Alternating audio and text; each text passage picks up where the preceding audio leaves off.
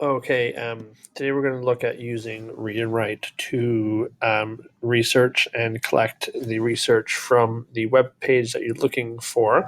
So we are just about to start Middle Ages, ancient civilizations.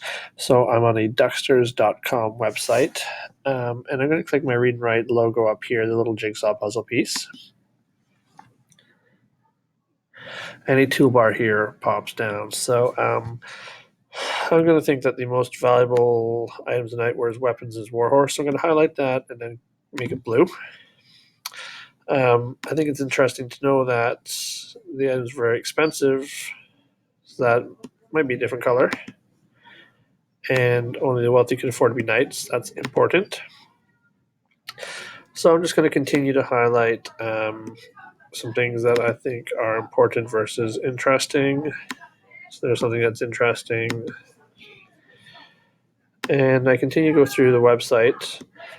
By the 1400s, they were wearing full plate armor, something that's very important. So I'm just picking the things. Oh, it's important that it's 60 pounds. So I'm going to highlight that. So I'm making sure that I don't highlight everything.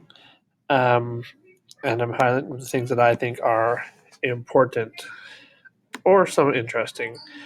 So these are interesting names of the different pieces of armor that the knights wore. So here are some things about the weapons. So I think this is important to know. The sword was once the preferred weapon if the lance breaks. I think that's important to know. The mace is a club with a big steel head. I can find other information about these later on, but I just want to kind of get the important stuff out right there. So I think I've got a good amount of research.